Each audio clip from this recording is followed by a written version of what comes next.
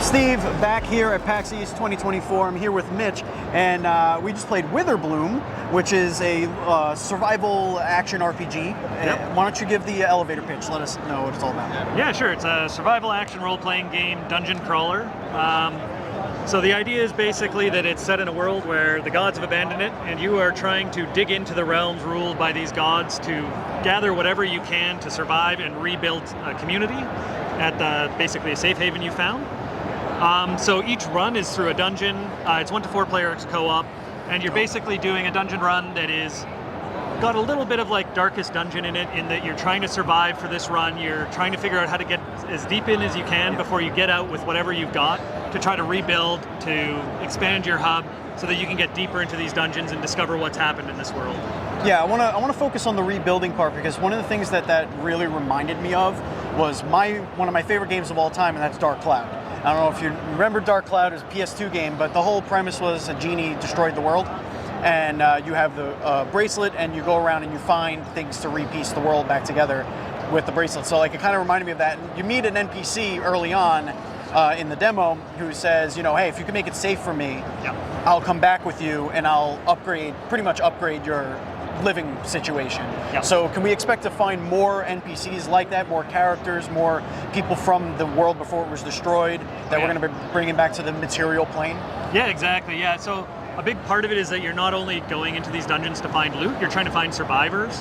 And when you find them, you're trying to convince them to come back and join your little community and kind of help and support each other. And so it's not just about finding, whatever new armor you can find. It's finding these characters, building relationships with them so that they'll help you, you can help them, that kind of thing. Mechanically, what does the building relationship part look like, or what is it going to look like? So it's basically talking to them, figuring out what their needs are, and then as you go through the dungeon runs, we're not a game where you're like given a quest and you have to just go here and do this thing. It's like check marks, kind of.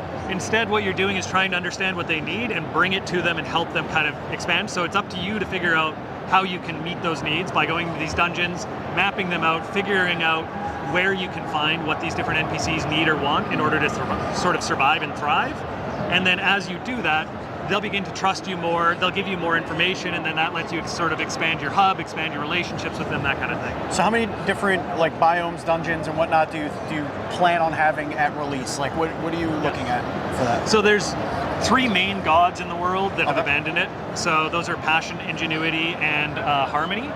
And so each of them has their own sort of domain that they ruled over, but each of those is split up into different dungeons within them. So there's kind of 3 main biomes, and then quite a bit of variety as you kind of dig into those. And then there's also a lot of revisiting of these spaces. So it's got a little bit of a Metroidvania element to it, where as you dig into one, you can use what you find and discover there to dig deeper into the other ones and kind of.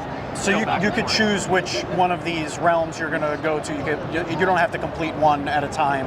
You can kind of bounce back and forth. And you pick what you need and trying to kind of customize where you're going based on what you think you need most at that point in the game to build and to survive kind of within this, I guess, apocalyptic wasteland that you're in. Awesome. Tell me a little bit about the abilities that you're going to unlock.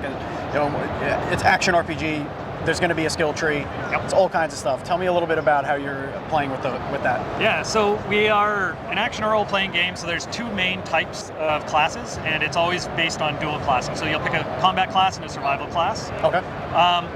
The survival classes are fully featured RPG classes as well. That includes attributes, skill trees, skills.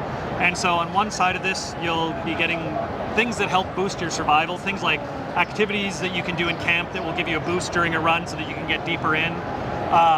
Survival skills that you can use during a run to help yourself. And then on the combat side, it's an action role-playing game, third-person action role-playing game. So we have 4 different classes there that all have very different play styles, everything from like very magic-focused ones where you're laying traps, casting hexes or curses, that kind of thing, to very combat-focused ones like one of the ones in the demo is the Opportunist, very roguelike, in and out, a lot of bonking on the head with big sticks. I was laying some runes down on the floor. I got to that part.